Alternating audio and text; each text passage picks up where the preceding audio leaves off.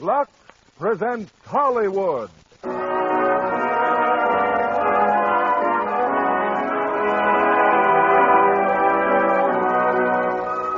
Lever Brothers Company, the makers of Lux Flakes, bring you the Lux Radio Theater, starring James Stewart and Jane Wyman in Magic Town.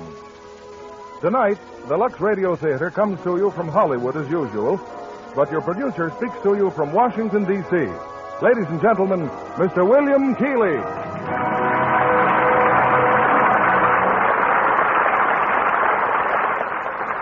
Greetings from Washington, ladies and gentlemen. This morning, I started shooting my forthcoming picture at the FBI Academy in Quantico, Virginia. And that is why I come to you tonight from Washington, D.C. And rest assured that nothing less imperative could keep me from being on your stage in person, especially at tonight's performance. For Magic Town, I think, is one of the season's most refreshing screen hits, and should be doubly rewarding with the two stars of this RKO release, James Stewart and Jane Wyman. I won't give away the plot, except to say that it's based on a unique and typically American phenomenon, the public opinion poll, which, sooner or later, ferrets out our taste in everything from radio to a rhubarb.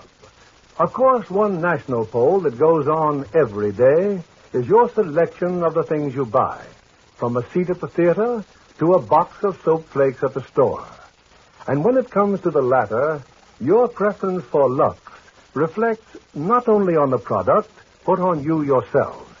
For every time you ask for Lux, you're casting your vote for a better, more discriminating way to care for nice things. It's curtain time, and we present Act One of Robert Riskin's production, Magic Town, starring James Stewart as Rip Smith and Jane Wyman as Mary Peterman.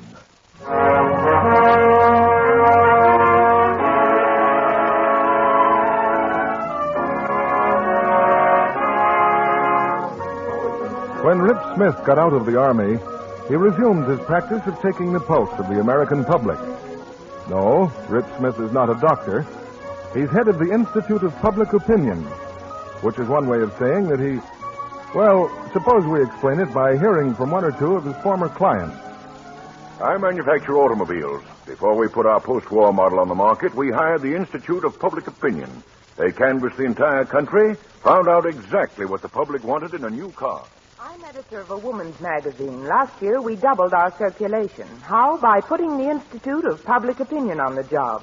They discovered just what our magazine needed to get more readers. Yes, that's Mr. Smith's business, finding out what the American public thinks.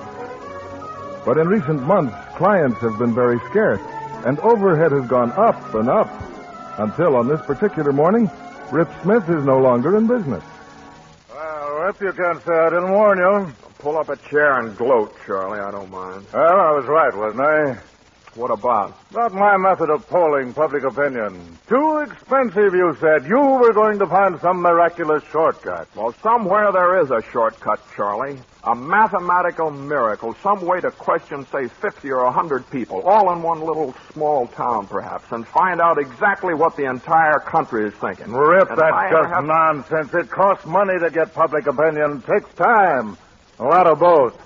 Now, Rip, I want you to come in with me. Oh, thanks, Charlie. I'll think about it. Now, you're in no position to be fussy. Here, look at this report. It's your report, Rip, to the McKenzie Company. No wonder they canceled your contract. Well, what's the matter with that report? Look at my figures and you'll see. Here. These are the figures we got on exactly the same subject. You weren't even close. Let's see. In favor, 68.1. Against, 24.5. Undecided, 7.4. Quite a discrepancy, I'd say. Wait a minute now. Wait a minute. Charlie Stringer, I love you. Huh? With all my heart, I love you. Then you accept my offer? No, Charlie, I don't accept your offer, but thanks very much. Mr. Twiddle! Hey, Ike, come in here. Ike, it's wonderful. I told you it'd work. Get in here, will ya?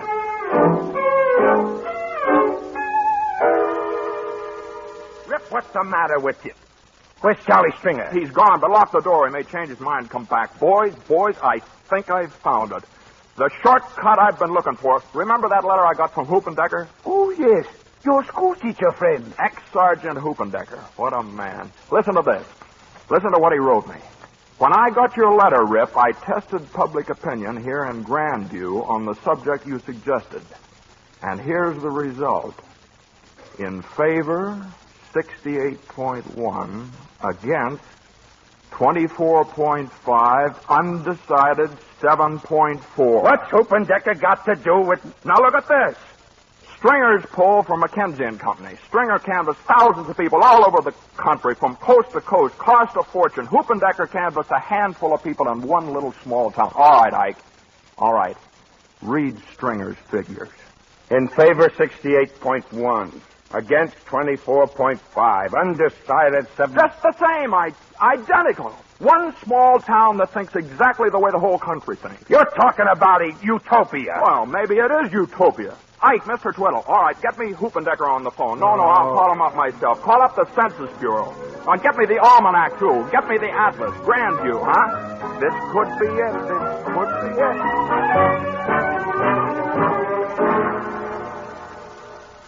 It's 4 o'clock, Rip. We haven't had lunch. All right, I'm finished, Ike. Boy, oh boy, I knew that somewhere there was a town like this. Look at these figures. Even the population breaks down exactly the way the whole country does. Males, females, the whole country in a test tube.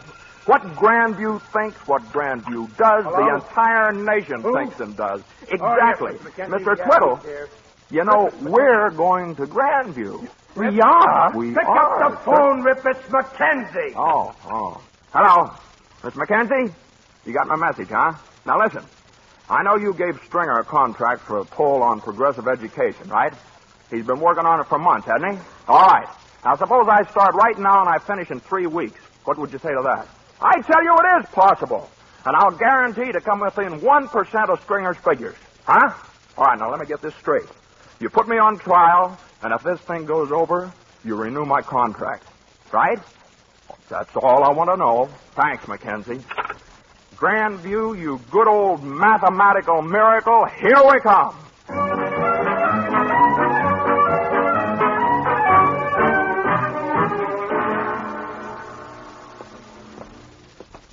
Well, did you see your old pal, Hoopendecker? Did I see Hoopendecker? Certainly I saw Hoopendecker. Can you imagine it, Ike? In the Army, we used to call him Dirty Face. Now he's over there in the high school teaching Romance languages.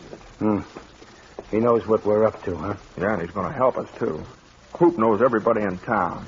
I'm meeting him later this afternoon. You know where? The Old Town Meeting Hall. Best place in the world to get acquainted with a leading citizen. Well, let's pray that these good people here stay average, that they don't change. What do you mean? Hoop says they haven't changed in 50 years. Oh, I promised him I'd help him with the basketball team. He's coaching the basketball team or something. Say, well, where'd Mr. Twiddle go, anyway? Back to the hotel, if you'll pardon the expression. What's the matter? It's a wonderful hotel. Moody's Mansion House. I tell you, Ike, that everything about this town is just perfect. Look, Rip, supposing this bird is America, we can't go around getting opinions from the same people over and over again. They're going to get self-conscious, and once they do, you can toss their opinions right out the window. That's why they're never going to know what we're here for. You and Mr. Twiddle and me are now insurance salesmen. Come to Grandview to go on a business. Oh, no, Rip, no. As insurance agent, we can contact everybody in town, get answers on anything we want to know. It won't work. It will work. I've got enough money to keep us going until we get started. Where are you going now? Over to the municipal building. Get acquainted with the city fathers. Well, anything you want me to tell Mr. Twiddle? Yeah. Tell Mr. Twiddle to sharpen his pencil and rough out a chart. We're in business again, brother.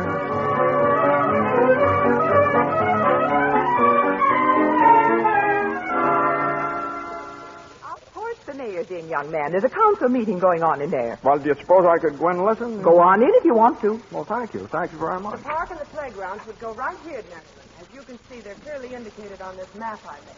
Oh, and here's where the hospital would go. Does that answer your question, Mayor Barnes? I still insist that plan of yours is preposterous. What do you think, Constable Dickett? Oh, Mary Peterman's been coming here for years. There ought to be a law against having to listen any longer. This is a free country, gentlemen. The girl has a right to be heard. Oh, thank you, Mr. Nickleby. And I shall continue to exercise that right until I've drilled it into your thick skulls that Grandview needs this new civic center. Well, what about the whoozes, huh? The upkeep. That'd mean more, whatchamacallit, wouldn't it? Taxes. Mr. Dicketts, did it ever occur to you that social improvements would attract new industry so that we could afford it? Always wanting changes. Changes. Of course I want changes.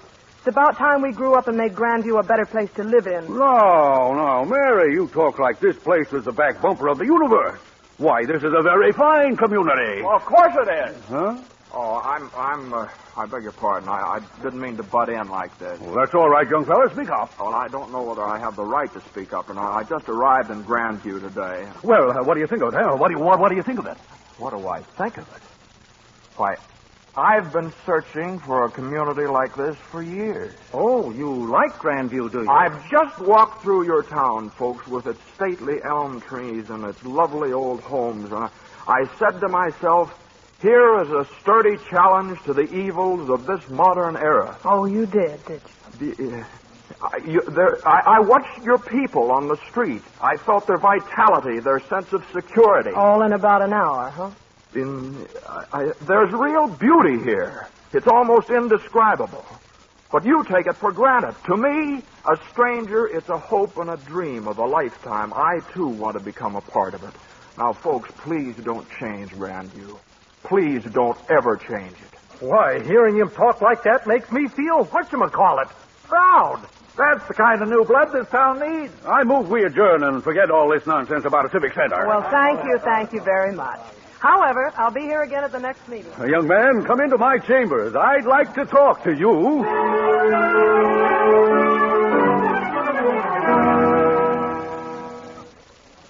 I'm late, Hoopentucker. You know where I've been? Staying in the town with Mayor Barnes. And what a wonderful town. Oh, we like it anyway. Well, here's our old town meeting hall. Say, this is great. Just an old-fashioned community hall where folks drop in and say hello to each other. Well, if you're ready to meet some of our citizens, wait a minute. What's that newspaper? This Grandview Dispatch. Let me look at it, will you? I may be wanting to take an ad out in a couple of days. Lawrence Smith and Associates General Insurance. Well, why not? Your name's already in the paper, Rip. Well, it is? Oh, wouldn't know about that. Let's see. Oh, yeah. Mr. Lawrence Smith, on his first day in town, managed to poke his unwelcome proboscis into the council meeting. Well, that's pretty cute, isn't it? That's not all, pal. Yeah. If you're really here to sell insurance, Mr. Smith, you would do well to start building goodwill and confidence before you tell us how to run our local affairs. Where's the slaughterhouse that publishes this thing? Just down the street. Why? Well, it's because I'm going to see the editor. That's why, right now.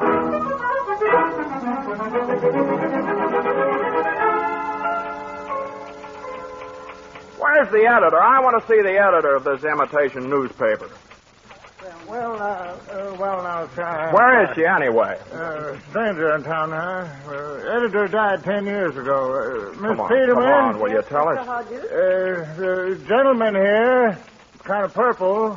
Well, young man, I gather you've a complaint.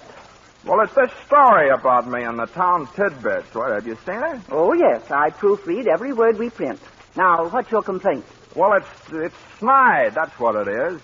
Taking advantage of an innocent stranger, these nasty, weaselly little digs. You know, no decent newspaper. If you want to attack the policy of this newspaper, young man, write us a letter.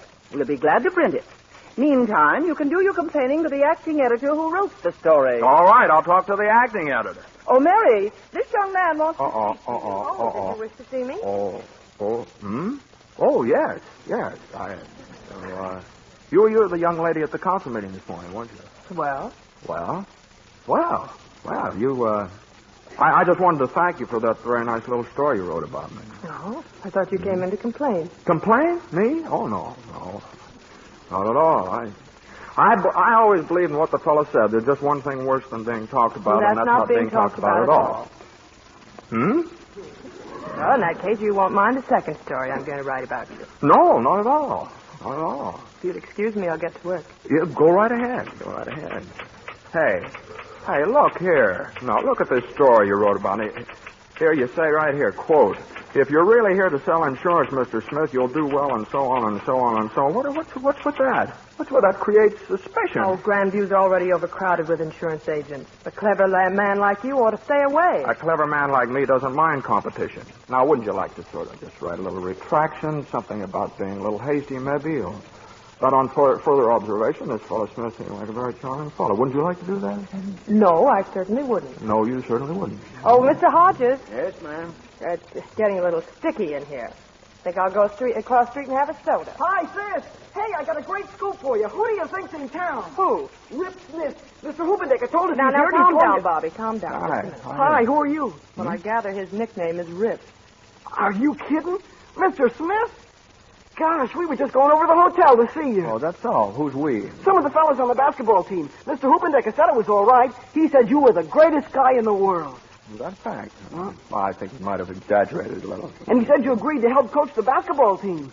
Gosh, I can hardly believe it. Well, I think I'll leave you two to discuss your business.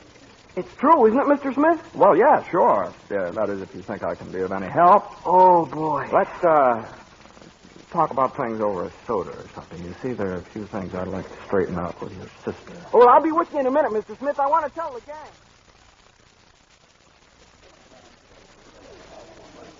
What'll it be, mister? Well, I'll have the same as that young lady ordered over there. I ordered a headache powder. Just what I need. Goodbye, Mr. Smith. Oh, no, wait a minute. No, don't go. No, I'm going to be around here for quite a while. Now, you have to get used to me. Mm-hmm. Maybe you're right. I've gotten used to some pretty weird goblins in this town. Goblins, huh? Mm-hmm. How'd that thing go about goblins? What was that, goblins? Goblins? You better mind your parents and your teachers fond and dear. Cherish them that loves you. Dry the orphan's tear. And help the poor and needy ones that's clustered all about, or the goblins will get you if you don't watch out. And that's from a poem called The Goblins Will Get You If You Don't Watch Out. That's from a poem called Little Orphan Annie. Oh, by George, that's right. Here you are, Mary, and one just like it for you, mister. Oh, headache powder. Thank you. Chocolate flavor, huh? Fine. Say, tell me about this civic center of yours. After the way you shot your great big mouth off this morning? Wasn't that stupid and not knowing anything about it or anything? Yeah. Hope it didn't do any harm. No, only set progress back a few years, that's all. Why did you butt into the meeting? Because I was just busting with good spirits, that's all. The town looked so perfect to me, I couldn't imagine anybody wanting to change it. Sure there wasn't some other reason? Well, if there Oh, was... Mr. Smith, some of the fellas have to go home, and we thought maybe, well, for a starter, you could explain the back pass dilemma to us. It says in the basketball guide that Rip Smith used it to perfection. It does, huh? How are you, fellas? The what dilemma? The what dilemma? Quiet, please. Quiet. I brought along a basketball just in case you'd like to show us some play. Well, no, I don't think... Well, why not? Come on out. Come on. Let's go outside, and I'll show you what I mean. Come on. It's okay, fellas. Glad you dropped by. So that's the back pass dilemma, huh? Well, I was building goodwill and confidence. Well, I'm sure you made an excellent impression, Mr. Smith, with the boys. No, well, don't rush off. Now, you were going to tell me about the new civic center. Was I? By the way, I paid for my own soda, Mr. Smith. Goodbye. Ouch.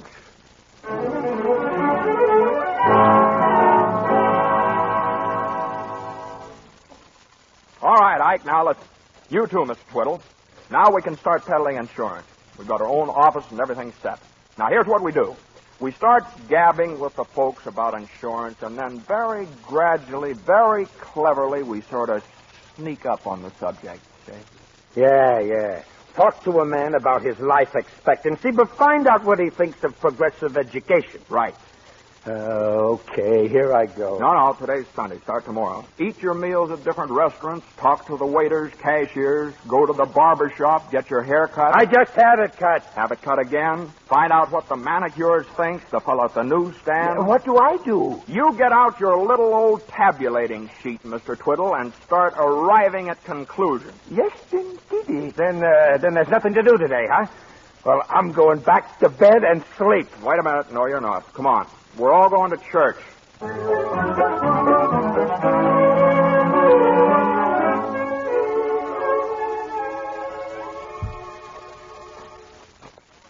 Well, Well, this is it, Mary. This is the spot I was telling you about in church.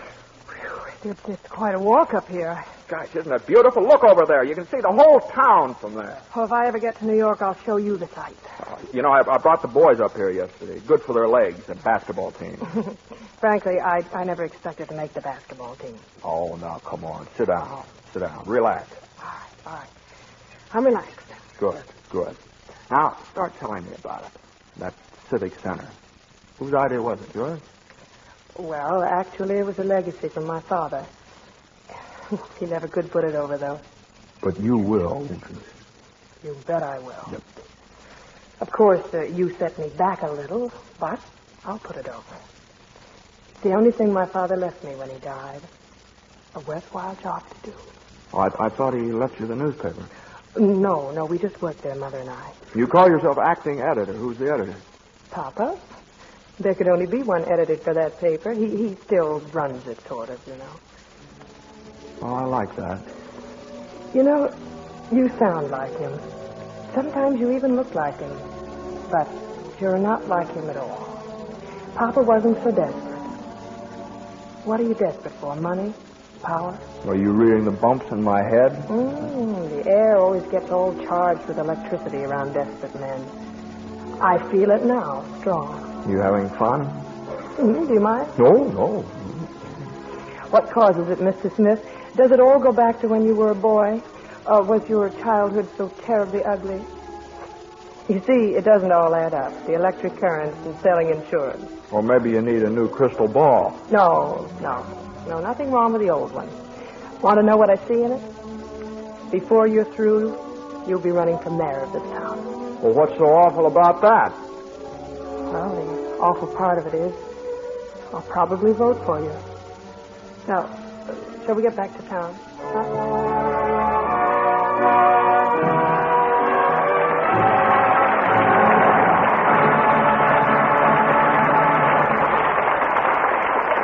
In just a moment, our stars will return with Magic Town. New hat, Libby? I felt I just had to have one after William Powell showed me all of his. He has a terrific wardrobe of hats for the new Nunnally Johnson production, The Senator Was Indiscreet, in which he starred. Do senators need such a lot of hats? Well, Universal International thought this one did. For campaigning. A miner's cap, Indian feathers, a railroad man's cap, 10-gallon Stetson, mortarboard, and plantation owner's straw. I understand Ella Raines has the part of a career woman in The Senator Was Indiscreet. Yes, and she gives a good account of herself. She has a terrific fight with Peter Lind Hayes. Oh? Who won? Well, Ella, of course. She kicked, slapped, and bit, leaving poor Peter with black and blue shins and teeth marks on his hands. Ella came through with only a broken fingernail. Not even a stocking run. Well, naturally. Ella is a Lux girl. And barring outright accidents, stockings washed with Lux Flakes last considerably longer. Strain tests by a scientific laboratory proved that. Ella says she learned about Lux for stockings years ago. Her maid never uses anything else. Just why so many smart girls have such good luck with stockings. Those strain tests showed that stockings actually last twice as long when they're washed with Lux Flakes.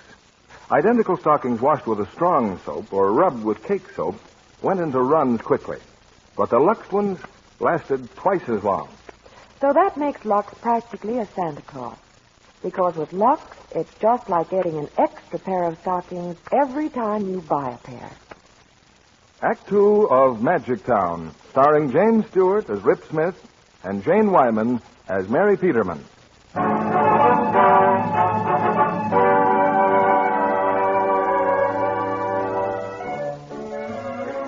Convinced that Grandview is the perfect barometer of American thinking, and hence a potential gold mine, Rip Smith and his two assistants, under the guise of insurance agents, are secretly gathering all the information they need for their trial poll of public opinion.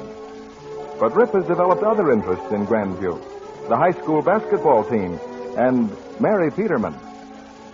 It's about 10 o'clock at night now, and in a classroom in the high school. Oh, come in, Rip. How did the basketball practice go? Good.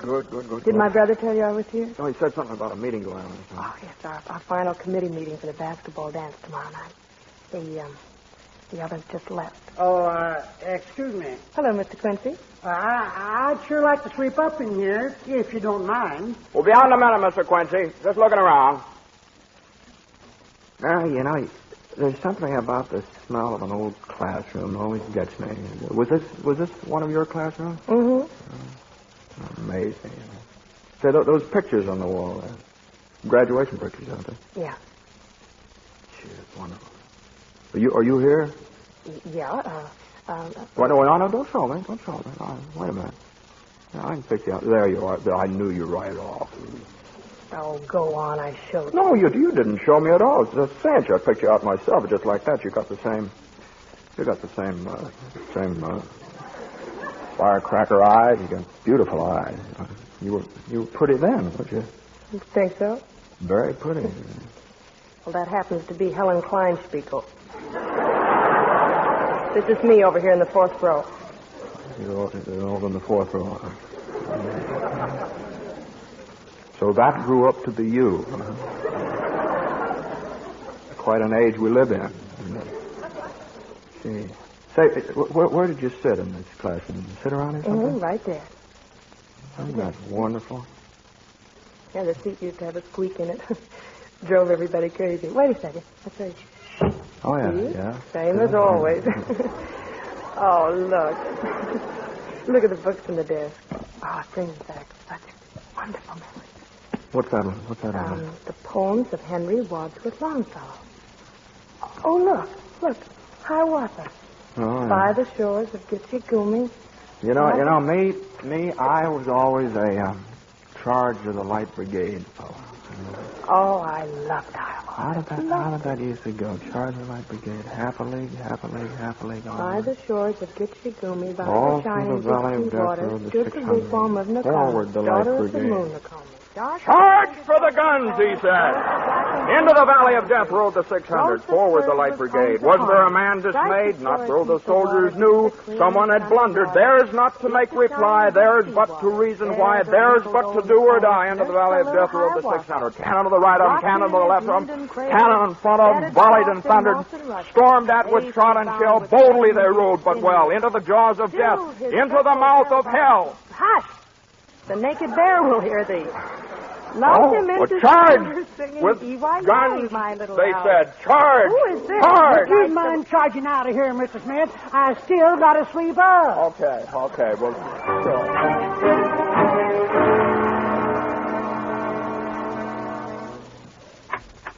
Hiya, boys. How's it going? I'm a little late. Sorry, I took Miss Peterman home. Well, Mr. Twiddle, how do we stand on progressive education? Here it is, Rip. Finished and tabulated. Now just start praying that our figures will be close to Stringer's. Give me that sheet. Look at it, boys. Just wait till Mackenzie sees it. All right, Ike. Take that report and catch the midnight plane. Me? But I thought Mackenzie asked you how we did it. Just turn your baby blues on him. I'd like to see his... Then why don't you go to New York? Don't be silly.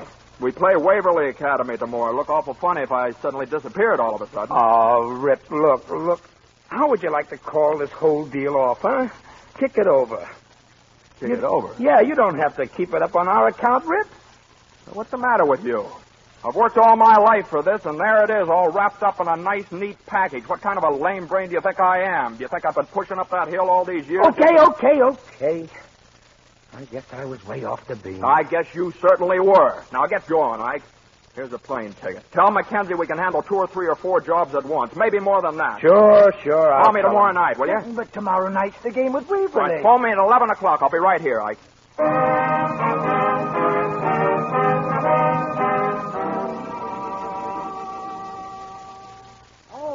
Afternoon, Mr. Smith. Afternoon, Miss Peterman. Hi, Mr. Quincy. We've been using the gym for dance floor, Mr. Quincy. Did you ever do the samba? No, sir. Can't say I ever did. Don't. I just had a demonstration. Do you know what a back pass dilemma is, Mr. Quincy? Don't know that one either. Well, I'm going to get a demonstration of that right now. My. I'm sure ignorant. Okay, Mary. Now, here's a basketball, see? I'll pass the ball to you, like this. There. Hey, what are you trying to do? Knock the wind out of me? Well, throw the ball. Go on, throw it. Well, there. Oh, no, that's no way to throw a ball. Like this. Okay? Now, here, try it again. Okay. There. No, Mary. Mary, look, that's no way to throw a ball. Look, it's sort of a forward snap. You sort of push it. Look, suppose a wolf's on the make for you. What do you do? Well, what do you do? You mean like this?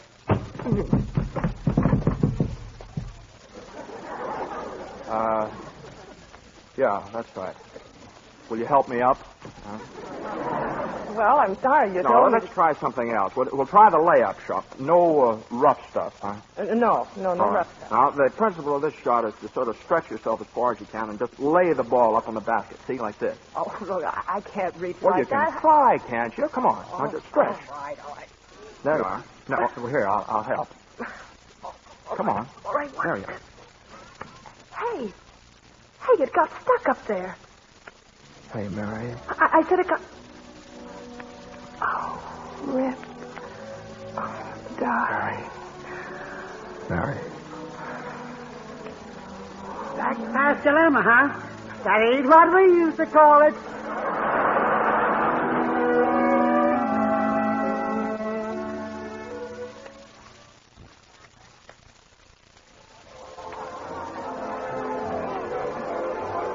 Well, Mr. Smith, how do you like the dance? Wonderful dance, Councilman. Wonderful. How come you're not dancing with Mary Peterman, huh? Mayor cut in. Darn him anyway. Been looking for you, Mr. Smith. Hey, that certainly was some basketball game tonight. First time we've licked Waverly in 10 whatchamacallem years. Well, Rip, Well, what, Hoopendecker? thinking of Mary, huh? Must be having an awful tussle with that conscience of yours. Don't worry about my conscience. What's going on over there? Oh, looks like the mayor's going to make an announcement. Attention, please. Attention. Folks, Mrs. Peterman here says she's got something to tell us. All right, Mrs. Peterman, the floor's yours. As you all know, the Grandview Dispatch very rarely retracts a story. Tomorrow, however, you'll read a retraction concerning Mr. Lawrence Smith. Okay, what is this, Hoopendecker? The Dispatch wants to erase any doubt it created about Mr. Smith's integrity.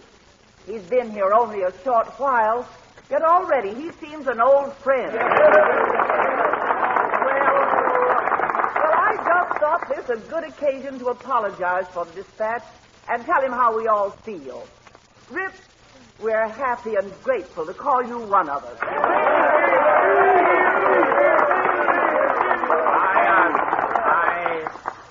I wish Mrs. Peterman hadn't said all those nice things about me. I doubt very much whether I can live up to them. I'd prefer that you reserve judgment until you get to know me better, much better. Thank you.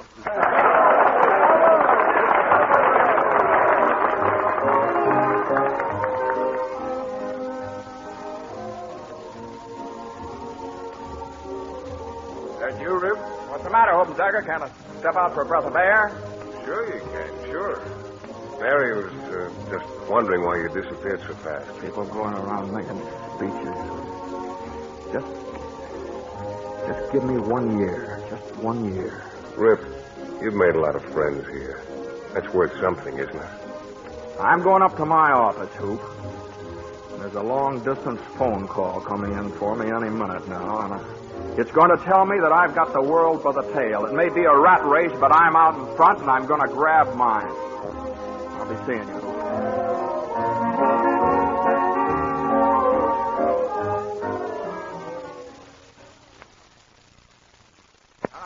Hello. Go ahead, Ike. What happened? What did Mackenzie have to say? Oh, it was a perfect job. How close were we? How did we match up against Stringer's survey? Right on the nose. Mackenzie's going nuts. He can't figure out how we did it. He says he's got 2 other jobs for us. Oh, and Hendricks wants to climb back on board, too. What about him? Why not? That Hendricks deal run into a hatful. Yeah, if that Peterman gal doesn't crab everything. Mary's not going to crab anything. Yeah, but she's hepped on changing the town. If she ever puts that civic center deal across, we'll... I'll handle her. Relax. My boy, you're an artist. Cut it, will you? We came here to do a job, and nothing's going to interfere. Hello, Rip. Hello? Hey, Ike, call me back, will you? Sure, Rip. So long. Thanks, Ike. Trouble with having a newspaper background with developed an instinct for snooping. Mary, why'd you come here? I'm looking for you. I heard you on the phone. I found this piece of paper on that desk in there. The miracle of Grandview. What we do, what we think. You must have found Ma's speech tonight very funny. Well, we had to work secretly. Nobody's been hurt by it, have they? That's right. Nobody. Well, what are you going to do? You couldn't stand any changes, could you? Well, by all means, hold back progress. Mr. Smith has to make an extra $1 for himself. I certainly think that's stooping very low. Mary, will you listen to me, Stop at the please? office in the morning, Rip, will you? I have something very interesting to show you.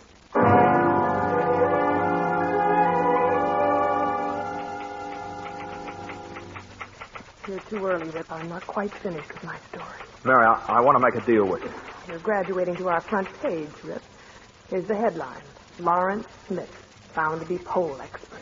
Grandview revealed as miracle town. If you'll kill that story, I'll never show my face around here again. It isn't for myself, Mary. It's for the people here. I wouldn't like to see them get confused. What I was doing couldn't harm any of them. But when they read what you're writing, well, I don't know. They're human. You can't go around telling people they're special, not even these people. It's deadly. Now, if you love them, Mary, don't do it. I'll have this for you in a minute, Mr. Hodges. On page 1, Mary.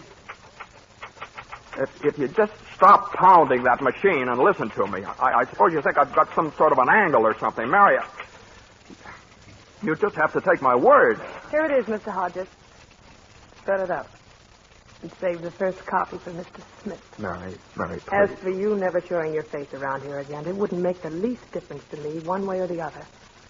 Any other deals in mind, Rip? No. No more deals. When do you plan to return to New York? Well, I'm staying in Grandview.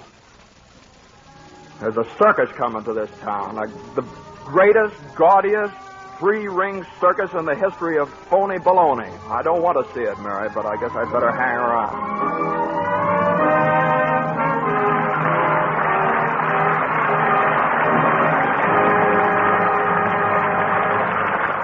We pause now for station identification. This is CBS, the Columbia Broadcasting System.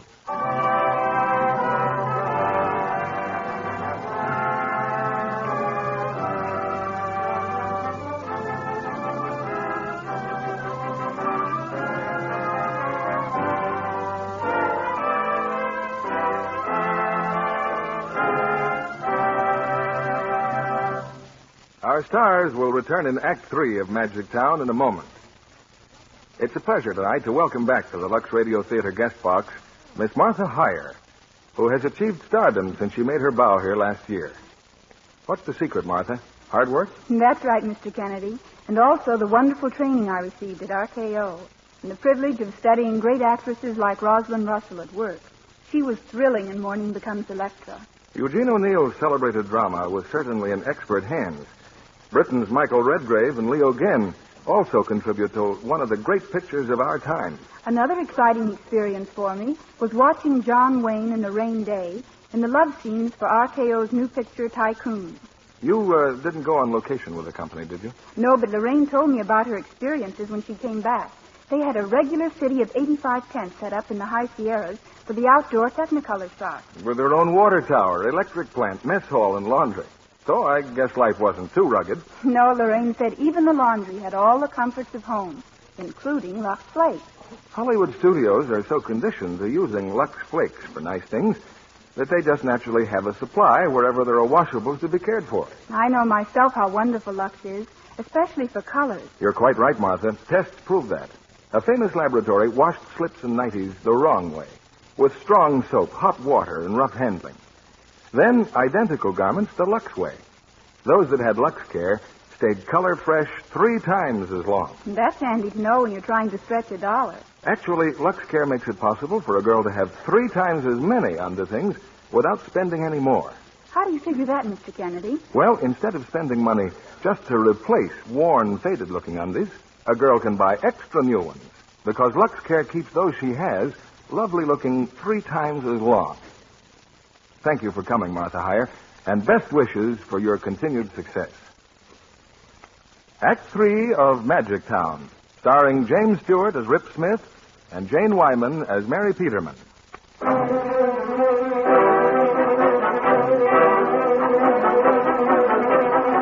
The news that Grandview is the perfect barometer of all American opinion has struck the front pages of every newspaper in the country.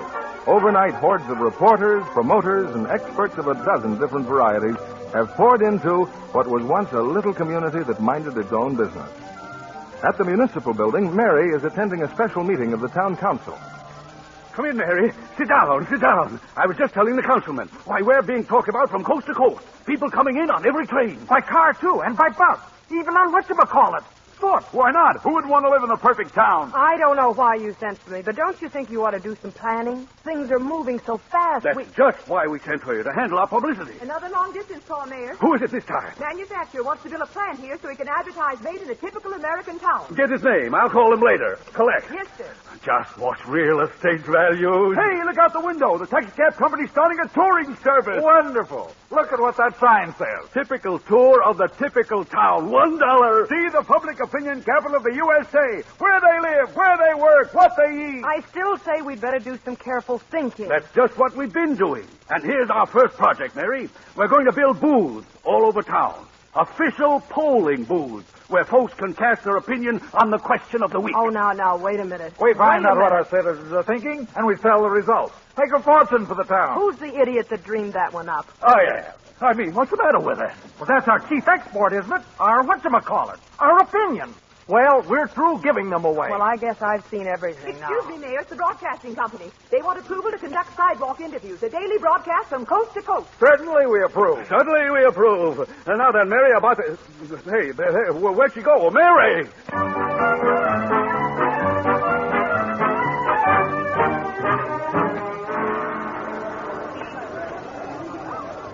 Well, Rip, I just spoke to Charlie Stringer in New York. He says we can go to work for him whenever you say. Oh, sit down, Ike. Sit down. I told you this was a wonderful hotel. Great big veranda to watch the three-ring circus from. Ringside seats. Hey, bring on your baboons. Oh, Rip, look. What are we hanging around here for? Hang around here. But I helped put on this show, you know. Come on. Let's take a bow. Cut it out, Rip. Cut it out and pipe down. All right, cut it out. Pipe down. Now, come on. Let's get a hold of that phone and give Stringer your answer, huh? All right, let's give Stringer the answer. Good idea. Now, wait a minute. There's Mary. Hey, Mary. Afternoon, Miss Peterman. Afternoon, Miss Peterman. What can I do for you? Oh, nothing. I came to see Mr. Moody. Excuse me, please. How do you like your town now, huh? How do you like your fancy, beautiful circus of a town now? Hey, Ike, get a hold of some train tickets. Come on, we're getting out of here today.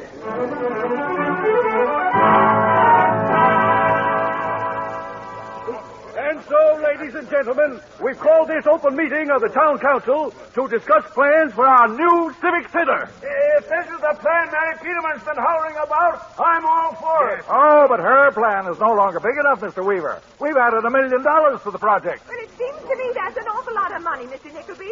I know this boom has been getting bigger and bigger for almost a month now, but What about paying for all this? I mean, suppose something should go wrong. Well, listen, my friend. In 1890, our grandparents built our municipal building with their own hands. If it comes to it, we can do the same thing. Yes, sir. That's the kind of people we are.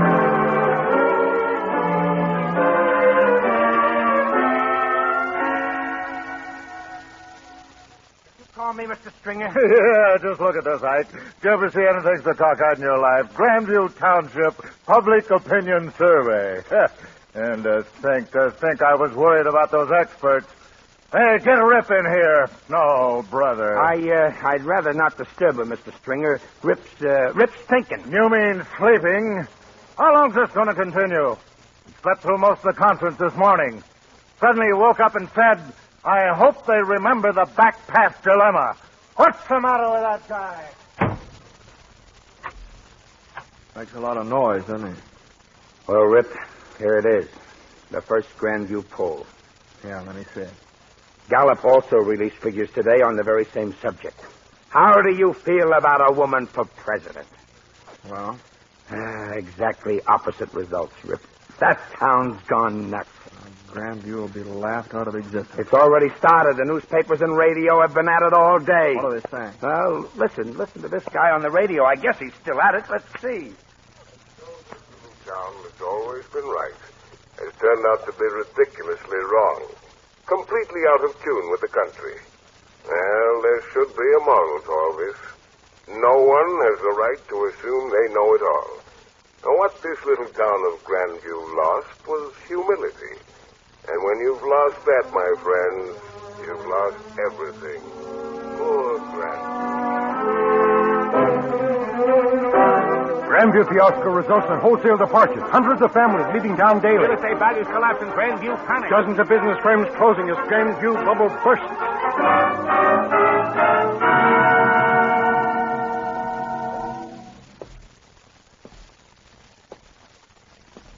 Mr. Smith. Why, it is you, ain't it? Didn't recognize you at first in the dark. Hello, Mr. Quincy. Thought you was in New York. No, I just got off the train. Guess you've heard about us, huh? Yeah. You suppose anybody's in there tonight? There, in the old meeting hall? Yeah. Not very likely, Mr. Smith. He seems like everybody's sort of hiding these days. I guess it's all right if I go in. Oh, sure.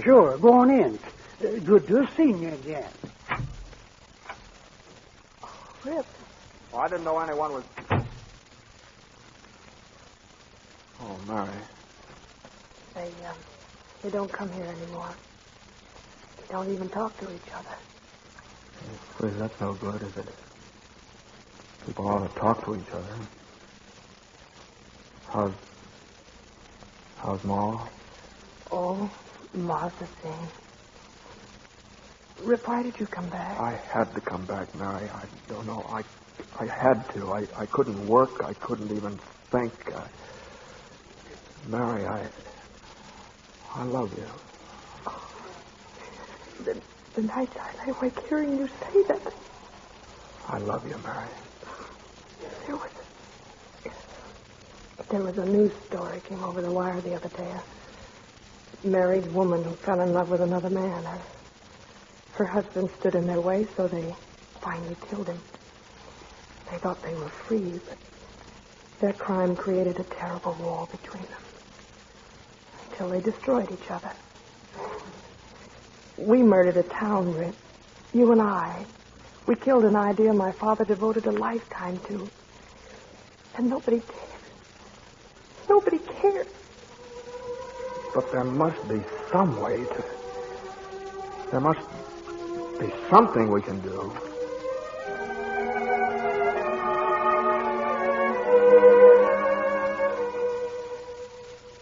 Now, wait a minute, Smith. Just what is it you're trying to tell me? That something's got to be done to save this town, Mr. Nickleby. They've always followed you. Get them to do something startling, something that'll give them that old bounce again. Why don't you get them to start building that civic center? With what? The town's broke? With taxes. Tax yourself at such a fantastic rate it'll be the talk of the country. You're crazy. Okay, I'm crazy, but it'll take something crazy to wake them up. Look, when I was here before, I used to hear a lot of talk about Senator Wilton. This was his hometown before he went to Washington. What's Senator Wilton got to do with this? Well, he was on the same train I was. He's here now on a visit. He told me he's willing to do anything he can to help. Now, suppose we got a group together to do the initial financing. Would you take charge? Try anything like that and I'll stop it. This town's through. Finished.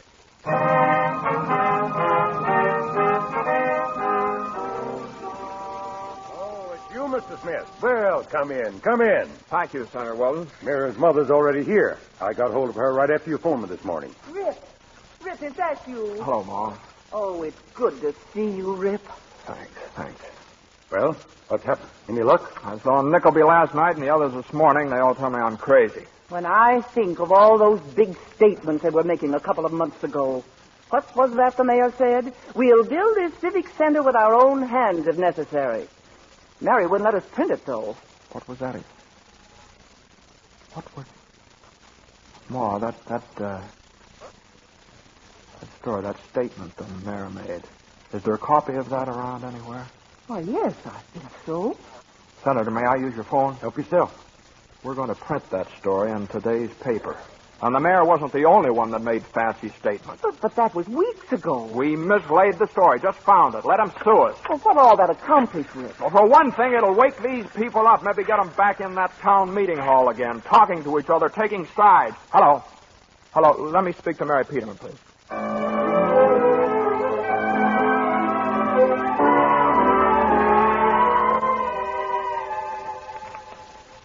Well, there's the story, Rip, right across our front page. Good, wonderful. Mary, I gave the story out to all the wire services. The other papers are going to print it all across the country. We're going to get these people so much flattering publicity, they'll have to do something. They'll string us up to the nearest tree. Well, at least they'll be doing something together. Now, get your ma and come on over to the town meeting hall. If there's going to be a battle, you know, that's where they'll stage it. Come on, I'll see you over there later. There they are, Mayor. Mrs. Peterman and Mary. Good afternoon, gentlemen. Hello, Mayor. What do you mean by printing that we're going through with the Civic Center? Haven't we been lasted enough? It's outrageous. I'm going to sue for what's this? Libel or something. Can any of you claim that our paper failed to quote you correctly? But that was long ago, under different circumstances. Where's Nickleby? He'll know how to handle this. I wish you gentlemen would quiet down. There's a broadcast we want to hear. Quiet down, why I'm going to raise a... Here's Nickleby now. I always thought you were a sensible girl, Mary. Is this story your idea of a practical joke? If you're interested in practical jokes, Mr. Nickleby, read some of your own statements. Very funny.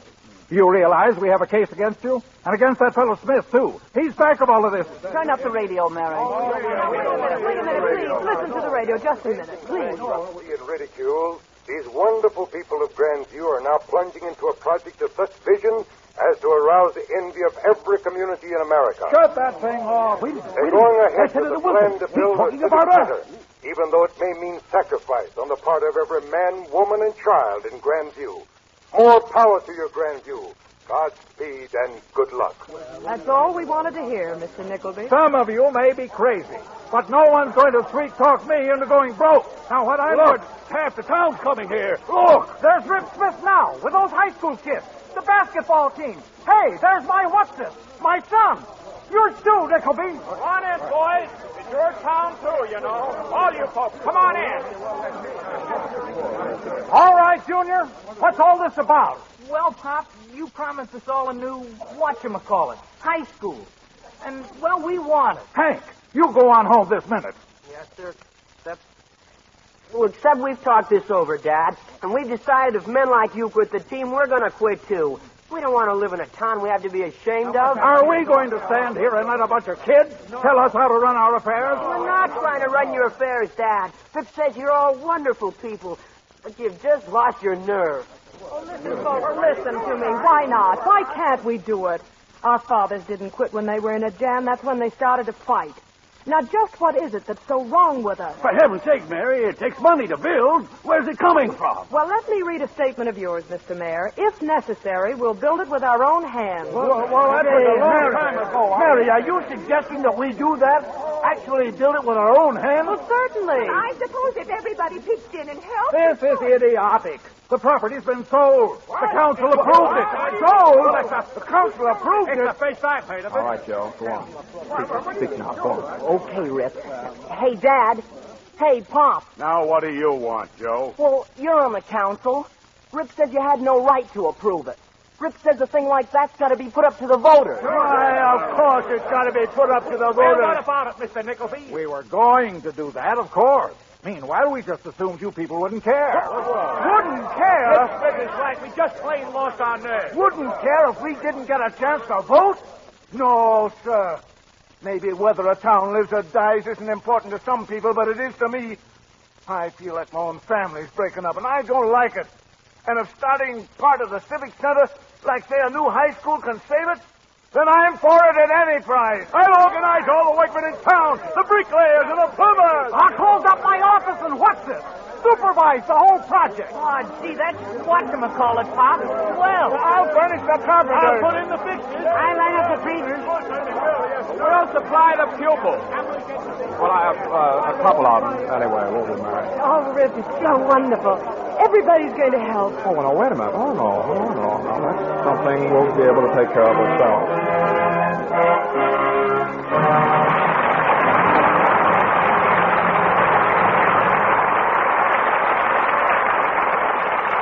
Our stars will return for their curtain calls in a moment. How come, Libby, you're reading Mother Goose rhymes? Why, I've discovered how Mother Goose solved the dishwashing problem, John. How was that? Well, she ate with a spoon, and when she was finished, the dish ran away with the spoon. Oh, Libby. Well, I know lots of women who wish dishes would run away after a meal. Since they don't, let's make a suggestion. Use Lux Flakes for dishes. You're right. With Lux, you avoid one of the worst things about dishwashing. Horrid dishpan hands. Yes, ladies, you can prove for yourselves how soft and smooth Lux leaves your hands. Even if they are rough and red now from strong suds, you'll see definite improvement in just a few days. Yes, changing from strong soap to Lux Flakes actually takes away dishpan redness. Many tests have proved it. And, John, you know how we women watch pennies like a hawk these days. You ought to say that Lux is really thrifty for dishes. It goes further. Because Lux suds are so rich, they wash up to twice as many dishes as the same weight of 10 other leading soaps tested. Yes, indeed. Lux is thrifty. Now, here's Mr. Keeley with our stars. Mr. Keeley in Washington, D.C., and the stars on the stage of the Lux Radio Theater in Hollywood. If Rip Smith could poll our listeners on their reaction to tonight's Lux Radio Theater play, I'm sure he'd get enthusiastic answers. Thanks to the good work of our stars, Jimmy Stewart and Jane Wyman.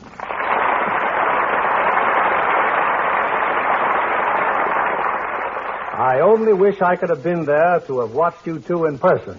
Well, we certainly missed you, Bill. Seems strange to see that producer's chair unoccupied. Well, thanks, Jimmy. But I don't know any way in which I could have added to your fine performance. You say that you just started your new picture, Bill? The Street with No Name? Yes, we spent the day at the FBI Academy in Quantico, getting some authentic scenes in their drive against crime. Well, it sounds like a very interesting, much-needed picture, Bill. And you have two fine young stars in Mark Stevens and Richard Whitmark. Yes, I certainly have. And I'm extremely grateful, too, for the cooperation that we're having in Washington. When do you get back, Bill? Well, not for another 10 days, I'm afraid. But incidentally, Jimmy, before I left, I caught a preview of your latest picture, Northside 777. I enjoyed it immensely. Thanks very much, Bill. Right after Christmas, I go to work again on another one with Alfred Hitchcock. Oh, and speaking of Christmas, I understand, Bill, that you have something very special coming up on Lux next week. Yes, next Monday night, in keeping with the holiday spirit, we're presenting one of the greatest Christmas stories ever filmed, with all of its original fine stars. Maureen O'Hara, John Payne, Edmund Gwenn, and Natalie Wood in Miracle on 34th Street. Well, you couldn't have a better play for Christmas, Bill. Yes, a prize Santa Claus package, because it concerns none less than Kris Kingle himself, bringing that gentleman to life in a warm and human Christmas story that should appeal especially to the children in your family. We hope they'll join us. Well, it sounds like a treat for young and old alike, Bill. We'll be listening. Good night. Good night. Good night, and a very Merry Christmas to you.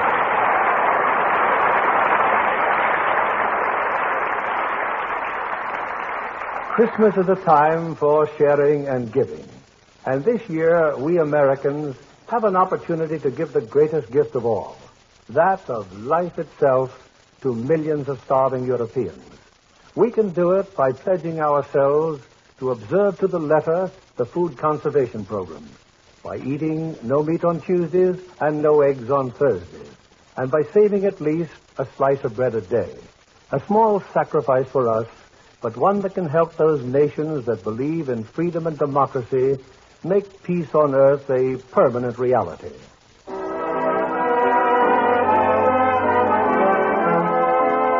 Lever Brothers Company, the makers of Lux Flakes, join me in inviting you to be with us again next Monday evening, when the Lux Radio Theater presents Maureen O'Hara, John Payne, Edmund Gwenn, and Natalie Wood in Miracle on 34th Street. This is William Keeley saying good night to you from Washington.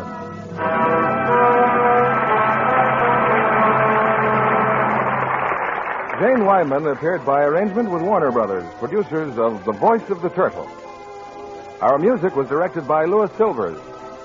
This program is rebroadcast to our men and women overseas through the worldwide facilities of the Armed Forces Radio Service. And this is your announcer, John Milton Kennedy, reminding you to have all your children join you next Monday night to hear Miracle on 34th Street with Maureen O'Hara, John Payne, Edmund Gwen, and Natalie Wood. Pepsodent won by 3-1. Yes, in a recent survey, families throughout America compared new Pepsodent toothpaste with the brands they've been using at home. By an overwhelming average of 3-1, they preferred new Pepsodent with Irium over any other brand they tried. They said new Pepsodent toothpaste tastes better, makes breath cleaner, makes teeth brighter. Yes, with families who made comparison tests, Pepsodent won by 3-1. Be sure to listen next Monday night to the Lux Radio Theater presentation of Miracle on 34th Street with Maureen O'Hara, John Payne, Edmund Gwen, and Natalie Wood. Stay tuned for My Friend Irma, which follows immediately over most of these stations. This is CBS, the Columbia Broadcasting System.